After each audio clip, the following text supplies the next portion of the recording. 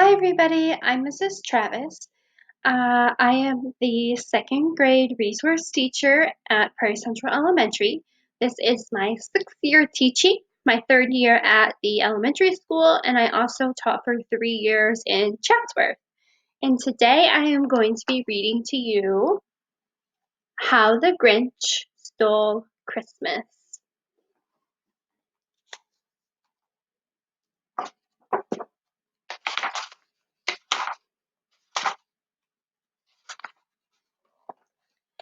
Every Who down in Whoville liked Christmas a lot. But the Grinch, who lived just north of Whoville, did not. The Grinch hated Christmas, the whole Christmas season. Now, please don't ask why. No one quite knows the reason. It could be his head wasn't screwed on just right. It could be perhaps that his shoes were too tight. But I think that the most likely reason of all may have been that his heart was 2 sizes too small.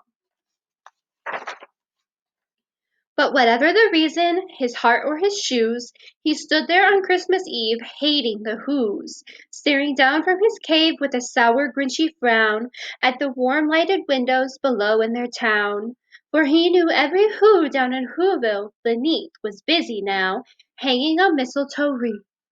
And they're hanging their stockings, he snarled with a sneer. Tomorrow is Christmas, it's practically here.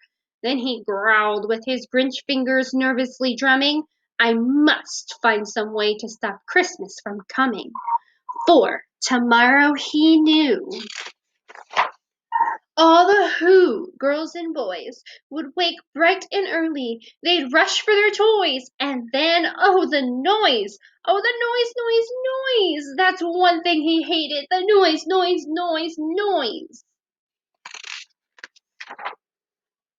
Then the Whos, young and old, would sit down to feast, and they'd feast, and they'd feast, and they'd feast. They would feast on Who pudding and rare Who roast beast, which was something the Grinch couldn't stand in the least.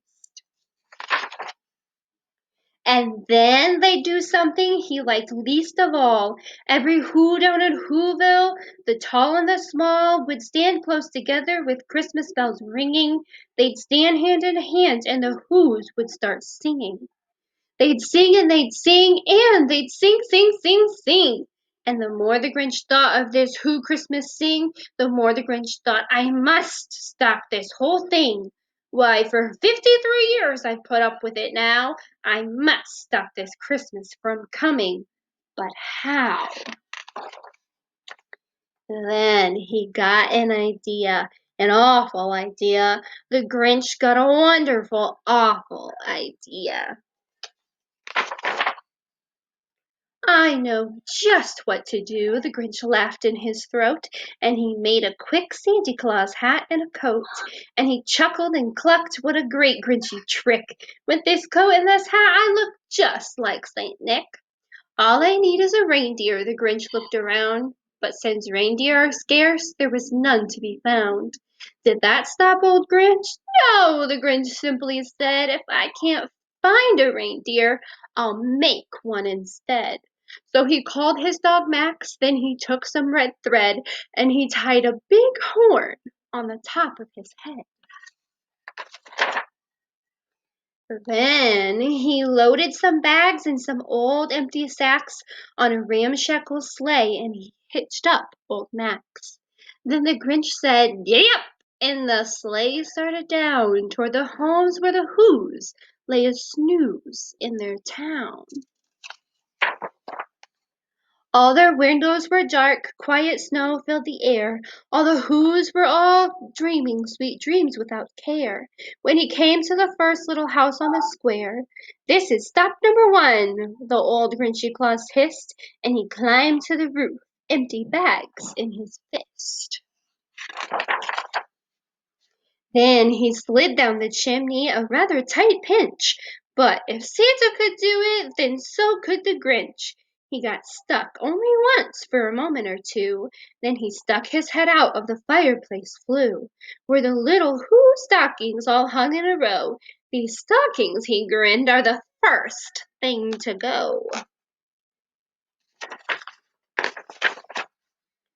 Then he slithered and slunk with a smile most unpleasant around the whole room, and he took every present: popguns and bicycles, roller skates, drums, checkerboards, tricycles, popcorn, and plums, and he stuffed them in bags, and the Grinch very nimbly stuffed all the bags, one by one, up the chimney. Then he slunk to the icebox. He took the Who's Feast. He took the Who Pudding. He took the Roast Beast.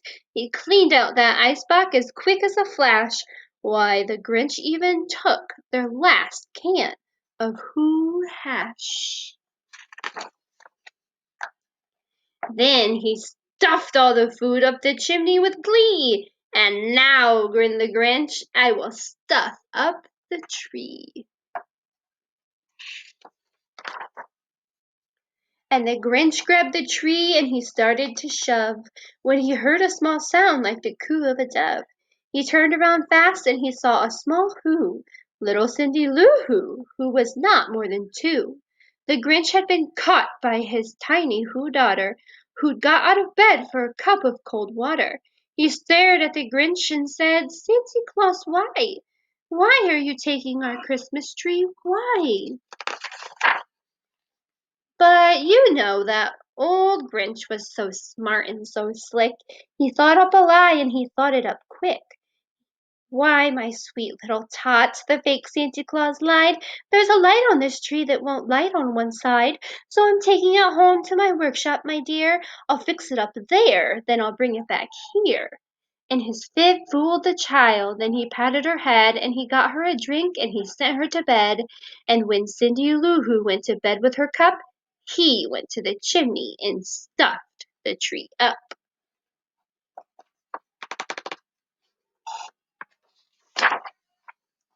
Then the last thing he took was the log for their fire. Then he went up the chimney himself, the old liar. On their walls he left nothing but hooks and some wire. And the one speck of food that he left in the house was a crumb that was even too small for a mouse. Then he did the same thing to the other Who houses, leaving crumbs much too small for the other Who mouses.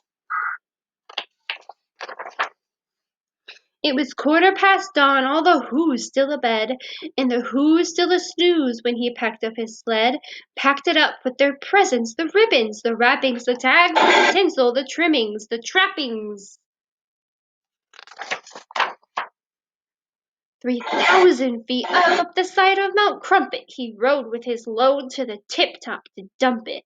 "Pooh-pooh to the Who's," he was grinchiously humming. "They're finding out now that no Christmas is coming.